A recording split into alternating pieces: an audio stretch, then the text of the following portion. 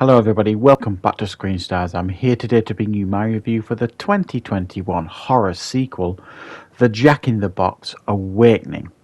This film is written and directed by Lawrence Fowler and it stars Matt McClure, Molly Hindle, James Swanton, Nicola Wright and Jason Farris. Now, this film, the first film should I say, the first Jack in the Box film I reviewed on this channel, I think it was about February last year, February 2020, and it was a film that was fairly low budget, but it was a film that I really quite enjoyed. I thought there was some really good elements to it, and thankfully I've been given an opportunity to review the sequel that is due to be released soon.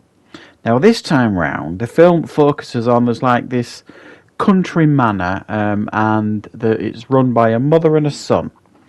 The mother is critically ill. She's basically on her deathbed. She got bone cancer, and her son is caring for her. Now she spent a lot of time and effort to get hold of this Jack in the Box, this as we saw in the first film.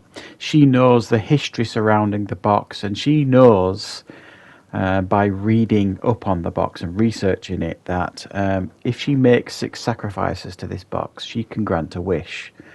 And her wish is to receive life. So her and her son come up with a plan, fill the house up with staff, basically, in the hope that they can get the sacrifices they need to make the mother well again. Right, what are my thoughts on the Jack in the Box Awakening? Well, very much like the first one, there's a lot to enjoy in this film, and I did have a good time watching it. I thought, and I still think the creature design here is fantastic. There's something about this whole idea of this creature, this demon in this Jack in the Box that just, I don't know, it just clicks with me. I like this franchise. I like the design of the creature. I can understand some people's reservations towards it and its limitations, really. I mean, because you almost have to be locked in a room with it for it to be effective, which you see in this film, because it kind of lumbers about a little bit. So I can understand how people could probably criticise its design and that sort of things, and certainly its limitations. And I think maybe if they're going to move forward with this franchise, maybe they can put some thought into that going forward, how they can make the creature a bit like how the BBC solved the problem with the Daleks, I suppose. When I was a kid watching the Daleks, they couldn't go upstairs, and then when it came back to show, they figured out a way to make them even more threatening because they can go upstairs now.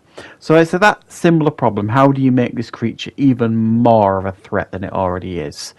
And I think that would be interesting going forward to try and creatively think of something for that. But I have to say, like I said, I was super impressed with a lot of this film. It really did it for me. There's some real good direction there. There's some real good use of lighting.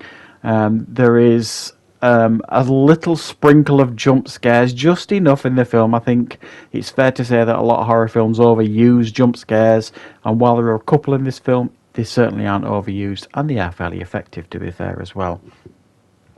I like the fact as well that they expanded the lore here of this Jack in the Box. You got to see and understand how it came to be. You get a backstory this time for it, which I liked. I like the fact that this did expand on the lore, this second film.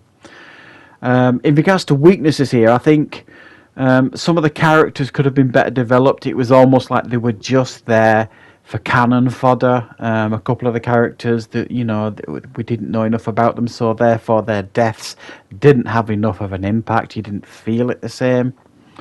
But I thought, while the ending gave us a really good climax, I thought it was actually really nicely structured. What I had in my head play out by the end kind of is how it turned out to be. So while it did deal up a lot of surprises for me, I did like the climax of the film. I thought it was satisfying, certainly.